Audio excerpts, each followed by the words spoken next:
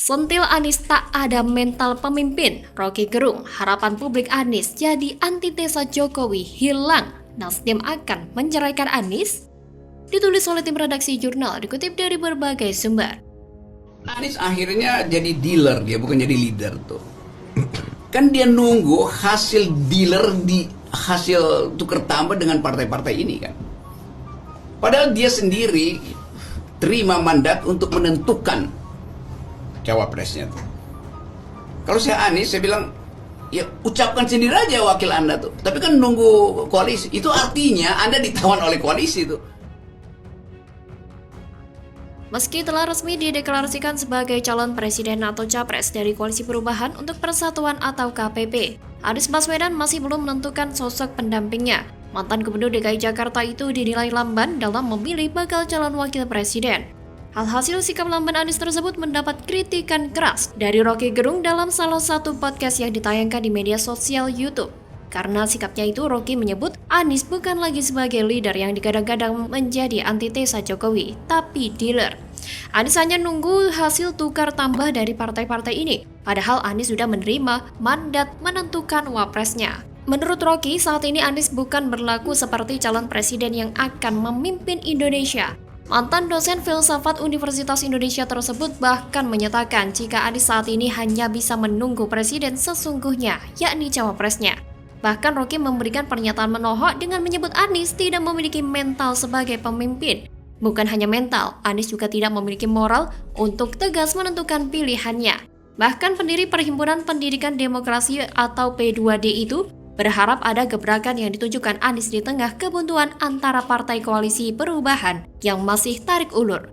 Roky juga mengemukakan jika akhirnya nama cawapres berasal dari koalisi yang mengusung Anies dan bukan pilihannya. Menurutnya hal tersebut merupakan hasil dari calo. Anies memang sengaja tidak masuk partai ya, sejak awal dia sudah tidak mau masuk partai tertentu. Saya kira ini merupakan strategi pribadi Anies agar nanti gampang nyari partai politik yang terbaik untuk nyapres. Bisa masuk kemana aja, pokoknya tujuannya satu kan, nyapres. Keuntungan yang diperoleh Anies dengan tidak menjadi anggota partai politik juga disebut Anies dalam wawancaranya dengan kantor berita Reuters di Singapura. Dalam wawancara inilah Anies menyatakan kesiapannya jadi capres 2024. Anies banget ya, caranya menyatakan siap nyapres, bukan ke media lokal, melainkan memilih media asing, supaya terlihat naik level gitu ya. Menurut Anies, dirinya yang tidak menjadi anggota partai politik merupakan suatu keuntungan yang memungkinkan dia untuk berkomunikasi dengan semua partai politik. Macam dilelang gitu ya. Ya memang cara ini bisa jadi efektif untuk mencari partai yang mau mengusungnya. Namun ada pula sisi negatifnya, yakni adanya ketidakpastian yang lebih besar dan pengerucutan pilihan partai. Jika diperhatikan, Nasdem sendiri juga sudah mulai goyah. Nasdem sudah mulai bimbang atas pengusungan Anies. Bahkan Nasdem ragu Anies akan menang pada pemilu 2024. Sebagai kandidat yang diusung partai politik untuk menang, maka Anies harus berkontribusi positif untuk mendongkrak suara partai-partai tersebut. Bisakah Anies melakukannya? Bagaimana Anies memastikan bahwa dengan diusung oleh Nasdem, PKS, dan Demokrat, maka Anies juga bisa memastikan kemenangan ketiga partai itu di Pileg? Partai politik nggak mau rugi dong, jadi Anies ini akhirnya jadi beban buat partai yang bakal mengusungnya itu. Itu ya, kenyataan pahit di balik hingar-bingar Anies nyapres. Jadi wajar jika Anies sebagai dealer bukan leader. Karena memang Anies tidak mempunyai keberanian, ketegasan, dan keseriusan dalam mengusung perubahan yang telah disematkan kepadanya.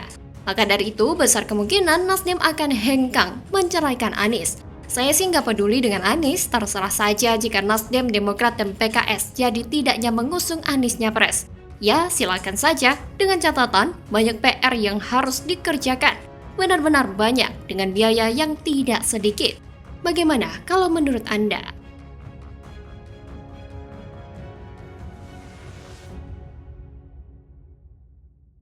Terungkap, Surya Paloh mulai panik, ketakutan ditinggalkan pendukung Jokowi.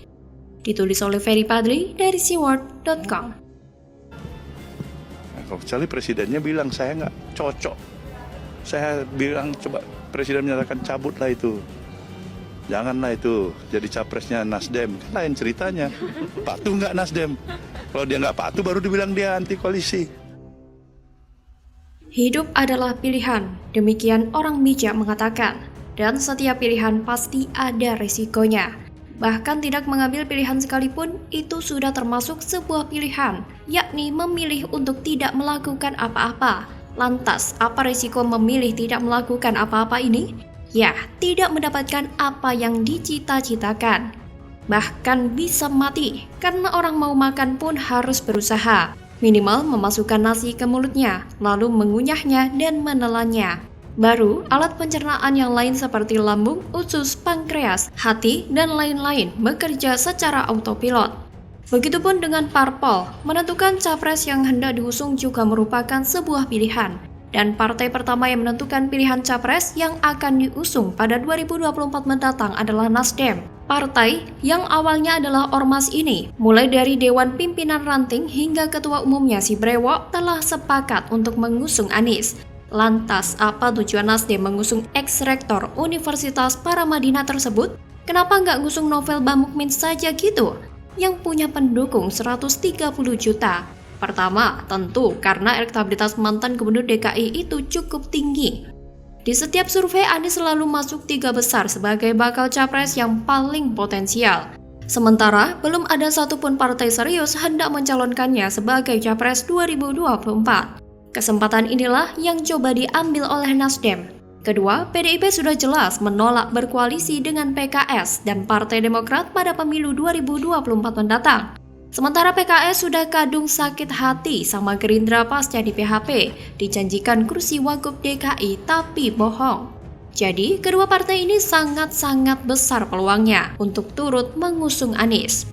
Dan kalau suara Nasdem, PKS, serta Partai Demokrat digabung sudah memenuhi syarat ambang batas pencalonan presiden dan wakil presiden ketika Nasdem ingin jadi pemimpin koalisi. Karena dia partai yang pertama mengusung Anies, tentu secara otomatis Nasdem jadi pemimpin koalisi perubahan. Termasuk cawapres Anies di tahap akhir tetap Paloh yang menentukan. Kalau seandainya Anies terpilih jadi presiden, otomatis Nasdem dapat julukan partai penguasa. Persis seperti PDIP sekarang ini. Akan beda kalau Nasdem mengusung Ganjar atau Prabowo. Meskipun kadernya sudah berdarah-darah memenangkan capres yang diusung, tetap saja yang disebut partai penguasa itu PDIP atau Gerindra. Hal inilah yang kemudian membuat Nasdem membulatkan tekad untuk memilih jalan yang berbeda, mengusung Anies sebagai capres 2024. Tapi itu bukan tanpa risiko loh. Baru juga partai tersebut mengumumkan akan mengusung politisi yang dekat dengan risik tersebut, Nasdem langsung ditinggalkan oleh beberapa kader terbaiknya. Mereka yang mengundurkan diri diantaranya adalah Nilu Jelantik, anak Agung Ngurah Panji Astika, Fredrik Lumalente, Siswono Yudo Husodo, dan Enggar Tiasto Lukita. Kemudian jangan salah-salah, resiko lain yang tidak kalah mengerikannya adalah Nasdem ditinggalkan oleh pendukung Jokowi. Ingat, Nasdem mendapatkan suara terbanyak kelima pada pemilu 2019 lalu. Itu suara mayoritas berasal dari para pendukung Jokowi. Sedangkan sumbangan suara dari kadernya sendiri hanya sedikit. Sekarang partai itu mengusung antitesa dari Jokowi. Jelas Jokowi banyak yang kecewa. Kalau sudah kecewa tentu tidak ada pilihan lain selain pindah ke lain hati. Jadi bisa saja nanti perolehan suara PDIP meningkat secara drastis pada pemilu 2024 karena mendapat limpahan suara dari mantan pemilih Nasdem. Hal inilah yang kemudian membuat Surya Paloh mulai panik. Lalu, apa yang dia lakukan agar pemilih partainya di pemilu 2019 lalu itu tidak pindah ke lain hati? Dengan mengatakan Anies akan melanjutkan program Jokowi. Tentu kalau bisa diteruskan, program kerja Presiden Jokowi akan sangat baik sekali. Kenapa tidak meneruskan? Kita tidak mau pembangunan harus terhenti, ujar politisi senior itu dengan nada sedikit meyakinkan. Kita tidak mau jalannya pembangunan negeri kita ini harus terhenti karena tukarnya pergantian daripada pemimpin atau kepemimpin nasional kita. Lanjutnya lagi, pertanyaannya, apakah pendukung Jokowi percaya dengan omongan Paloh itu? Tidak, Ferguson. Karena yang mengusung Anies bukan hanya Nasdem doang, tapi ada juga PKS dan Partai Demokrat.